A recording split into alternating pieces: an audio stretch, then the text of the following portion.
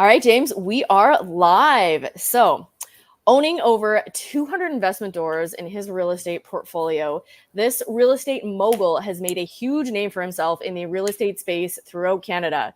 Today, we're looking at Vancouver through the eyes of James Knull, realtor, investor, speaker, and CEO of Mogul Realty Group, the real estate team he founded in 2017 that has been dominating the real estate investment space in Western Canada.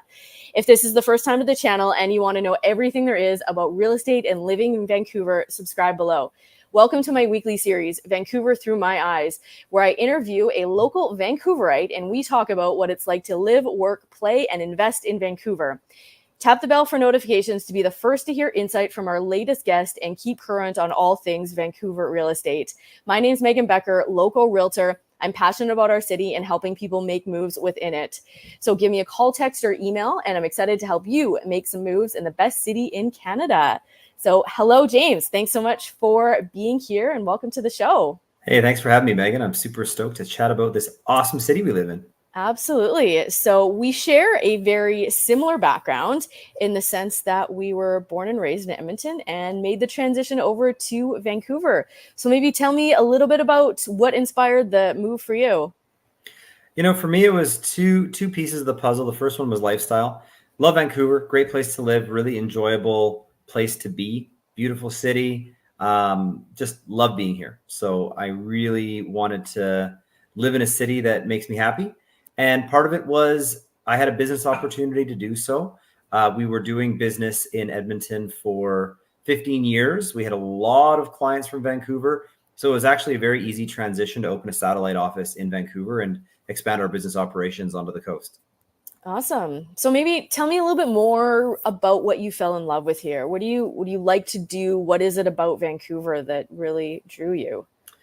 Well, there's a couple of things that I really like about Vancouver. Number one, the weather's a little more moderate. And so I enjoy that quite a bit. And, you know, one of the things I always used to joke about living in Edmonton is I wish the snow would just stay in the mountains. And here in Vancouver, the snow does stay in the mountains. So when I need my dose of snow for going skiing or enjoying some outdoor winter activities, you can drive up there really quick. But the snow very rarely actually stays in the city. So you get the best of both worlds in that regard from a weather perspective. And then the other thing that I really, really enjoyed about Vancouver was the economic opportunity, which isn't something you hear that often, because often people move out of Vancouver because of the affordability. But in my business, I'm in real estate. I'm a realtor, and the market out here is great for that particular business. So it was a great opportunity to expand out here, and it just worked out perfectly.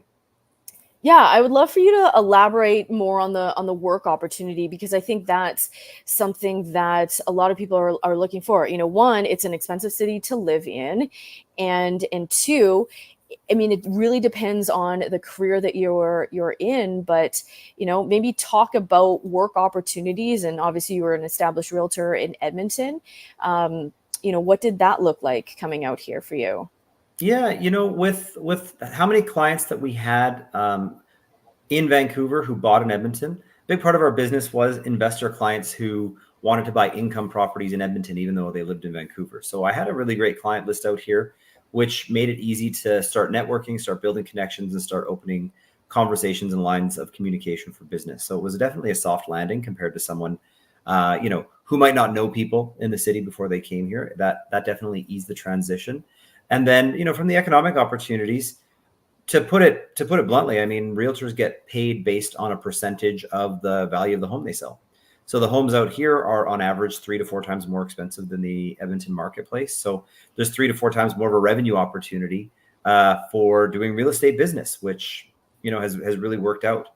I think in Vancouver, there are certain sectors that just pay way, way more than they do in Edmonton. And there's certain sectors that pay way, way less. And so a lot of people who struggle with the affordability out here, I think just aren't in the sectors where the pay and the opportunities are much higher. If you are in technology, if you are in the film industry, those are, and the IT business and sector out here is huge. There's a lot of startups. There's a lot of big tech companies that have headquarters here, satellite headquarters. Those are places that you're going to make way more money than you will almost anywhere else in Canada if you're in Vancouver.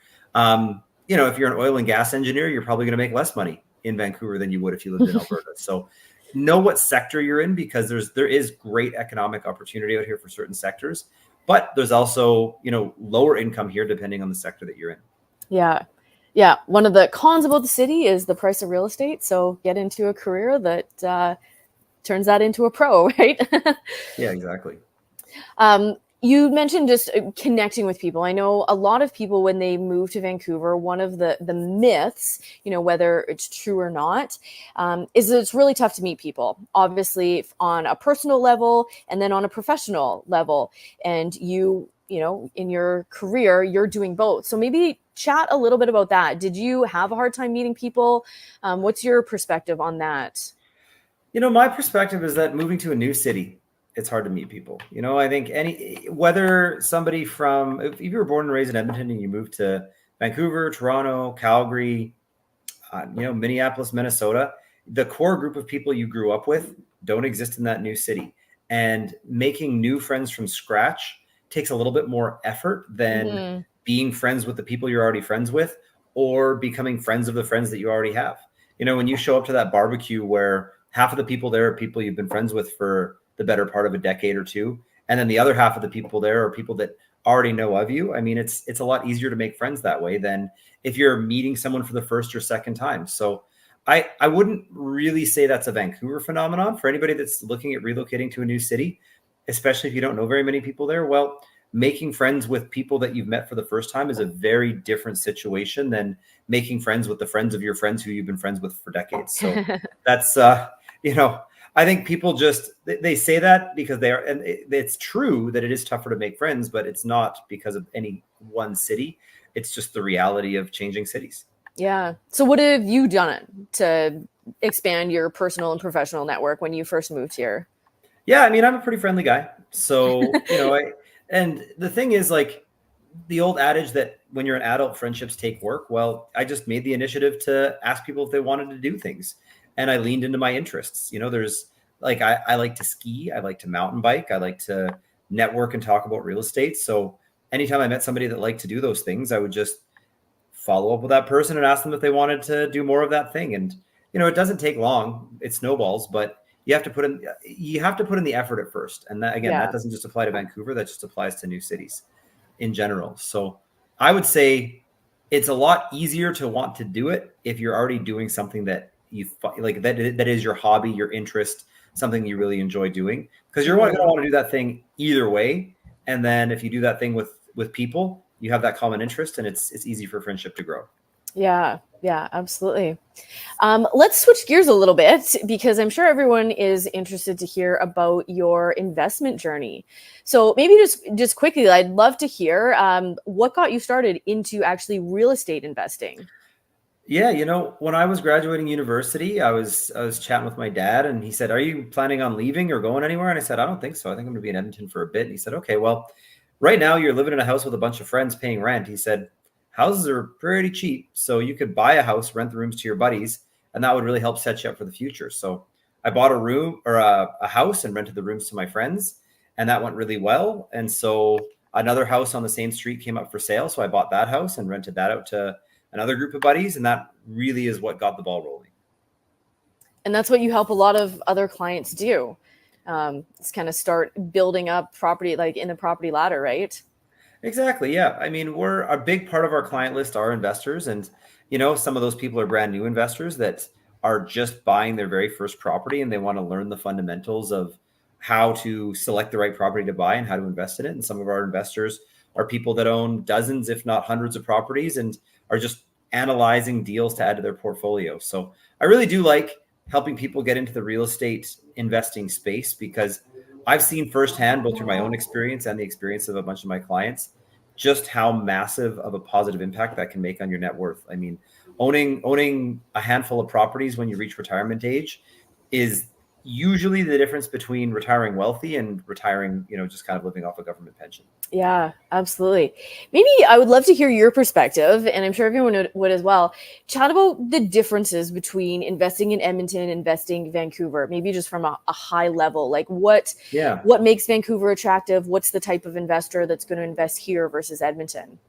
Well, there's a concept in real estate investing that is sometimes called the 4 ways to win, or the 4 profit centers in real estate. Anyways, there's 4 ways that you make money in real estate. There's mortgage pay down, there's equity appreciation, which is the market going up. There's cash flow, which means the rent that you collect is more than the expenses that you incur to own the property.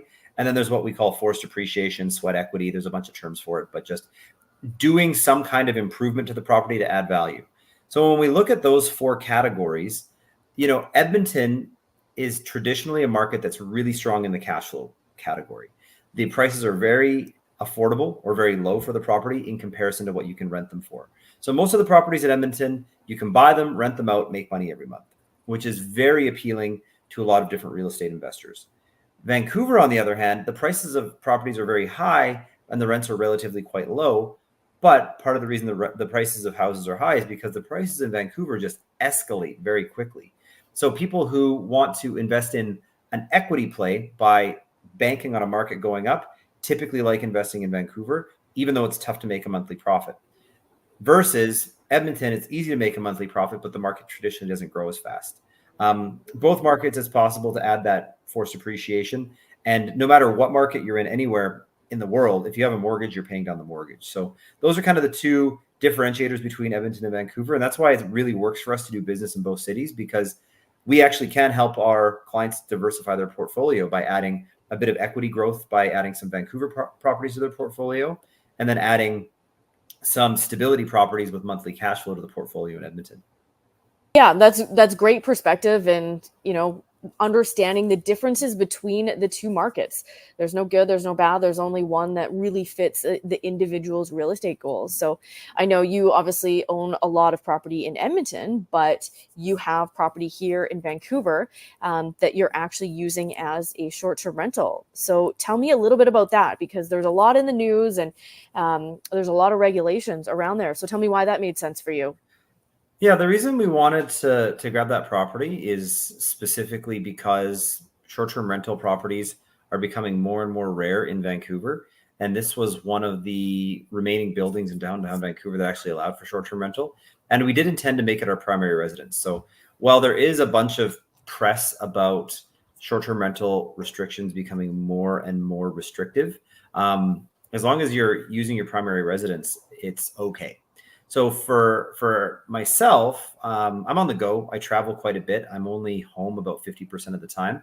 So for us, it was just the perfect way to monetize the idle time of our apartment when we weren't in town, and it's been working great.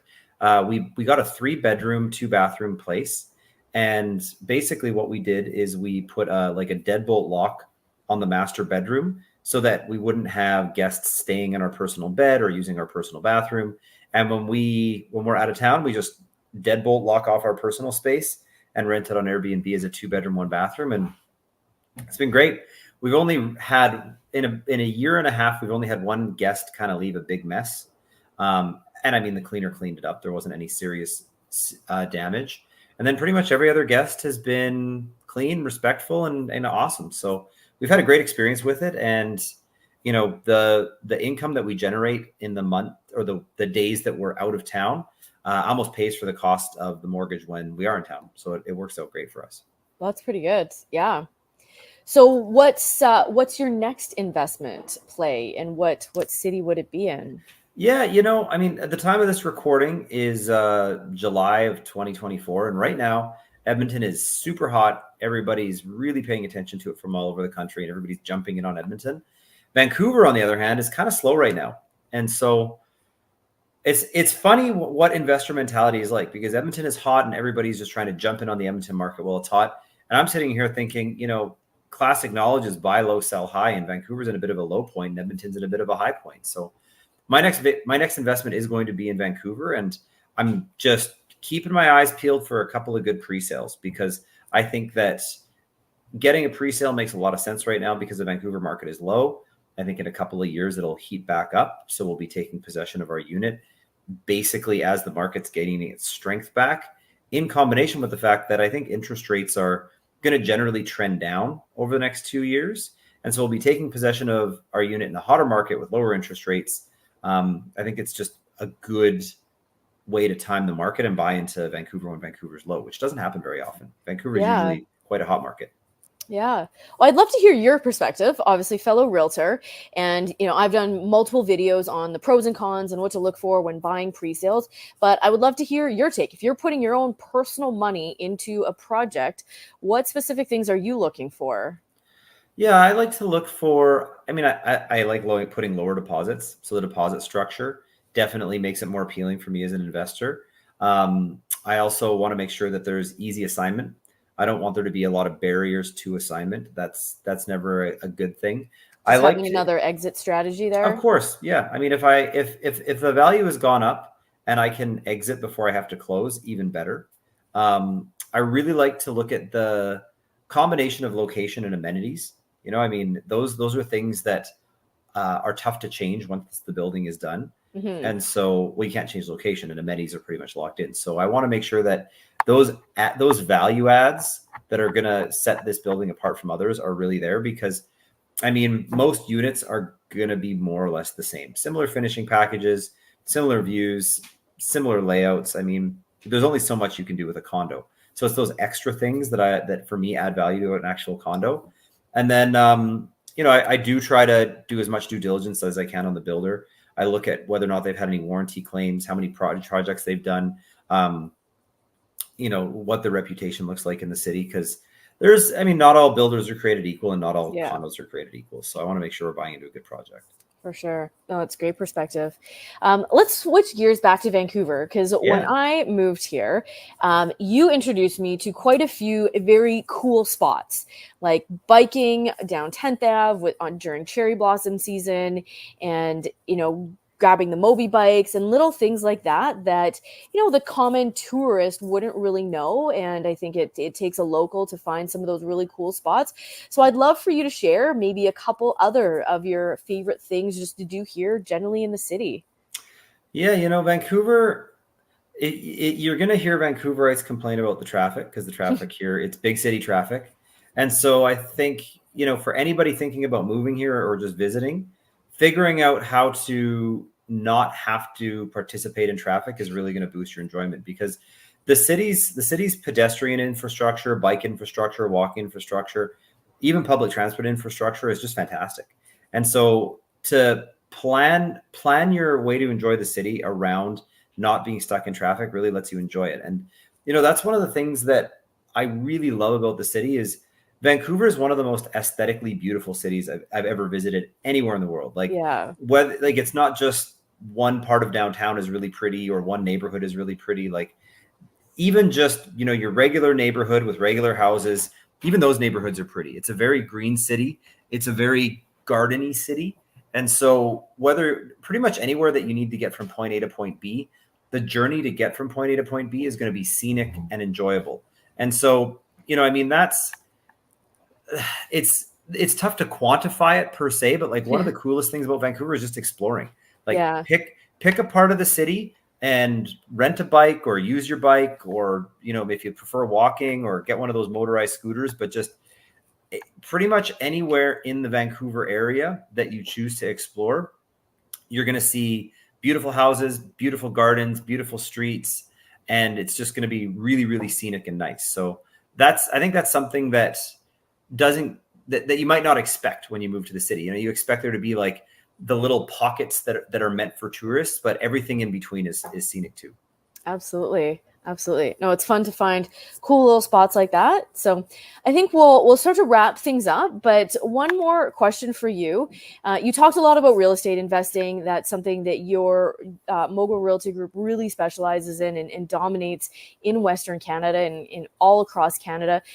You guys have a monthly meetup, Mogul Mastermind. I would love for you to chat a little bit more about that and really tell viewers how they can connect with you and potentially be a part of that.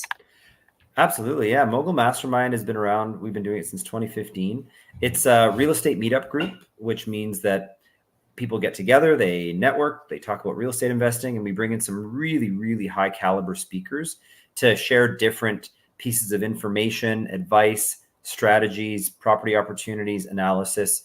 We're just about to have our July meeting, and the topic is going to be a builder coming in, sharing their blueprint for and their strategy for building 8-unit properties, 8-plexes on interior lots in Edmonton, which, if you're from Vancouver, you think, holy smokes, like Vancouver just spent forever fighting tooth and nail to build 6-unit properties on interior lots.